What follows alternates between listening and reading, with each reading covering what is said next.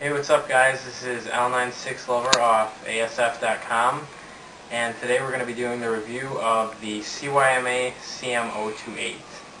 Okay, so let's start off with the package. This is what the box is going to look like when you order it. I got mine off of Airsoft GI for 130 for the rifle itself, extra magazine, and .23 TSD pellets. 130 free shipping, really great. The box looks identical to the Tokyo Marui AK47. It's the same thing. It's a pretty sturdy box, so I mean I was happy with what it looked like when I got it because I knew it was going to be pretty, like, package was secure or whatever. Okay, so the stuff that you're going to get when you open the box is you're going to get your cleaning and unjamming rod, which is pretty nice compared to the other ones that I've seen and gotten. You're going to get a sling, which I don't recommend because it's worse quality than the UTG sling that came with my L96. So I don't recommend using this. Came with a pair, or a little 200 pellets, 0.28 or 0.2 grams. I don't recommend using them. They're not very good. Came with a 8.4 1200 milliamp NiCad battery and a 250 milliamp output wall charger. It also came with a front adjustment sight and a 300 round metal high cap windup. Also not a very good magazine. I don't recommend using it. But it is better than some of them because depending on where you get them, you'll either get a plastic mag or a metal mag. I got the metal mag, luckily. And then I purchased this AK47 600 round high cap mag. It also came with the wind-up key, and that's really helpful because it's like one full term with the wind-up key is like seriously like 10 of these, so it really helps. Also, it's a lot better quality, and it's 600 round. Feeds perfectly. And the cm208 is compatible with ICS, Classic Army, Tokyo Marui, AK47. So I mean, you have a lot of options for aftermarket stuff.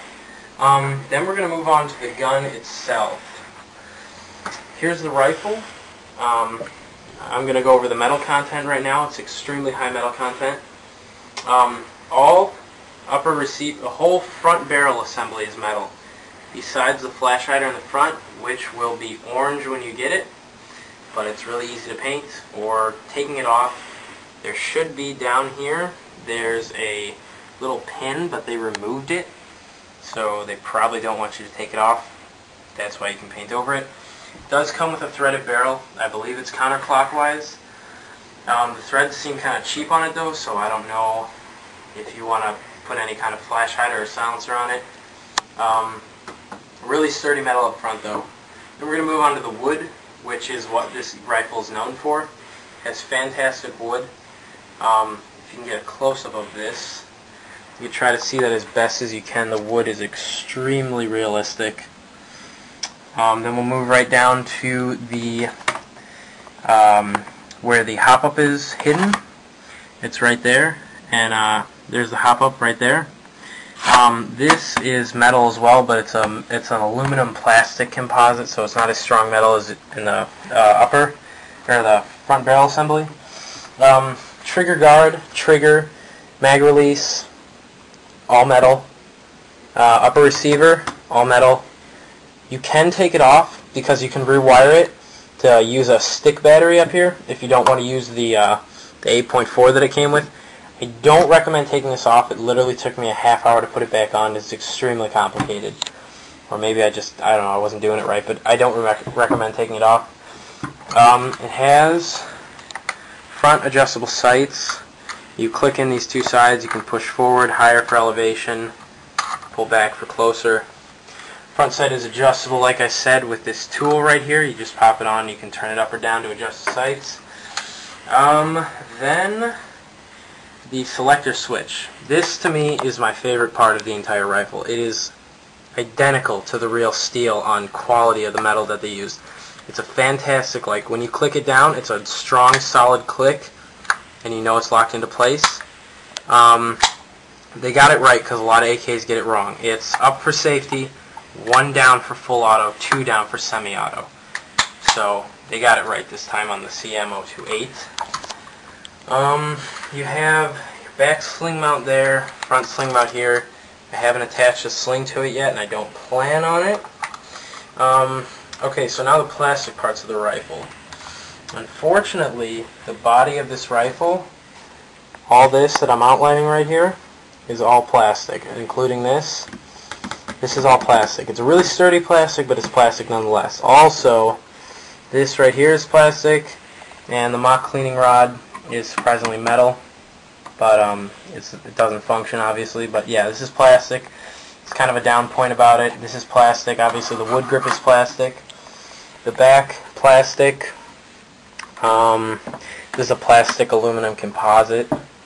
And then we're going to move to the back of the rifle. Okay, so to take this out, this is all metal butt plate, by the way.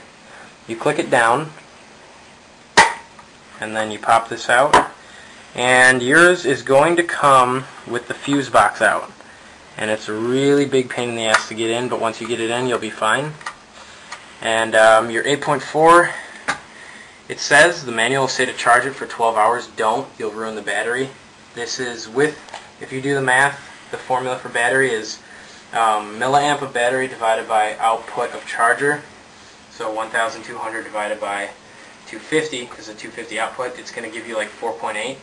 I did it for 4 just to be safe, because I didn't want to mess it up. And people say that 3 is funny. I just went for 4. So you just slide it in there, connect it like this, and then you just put your butt plate back on.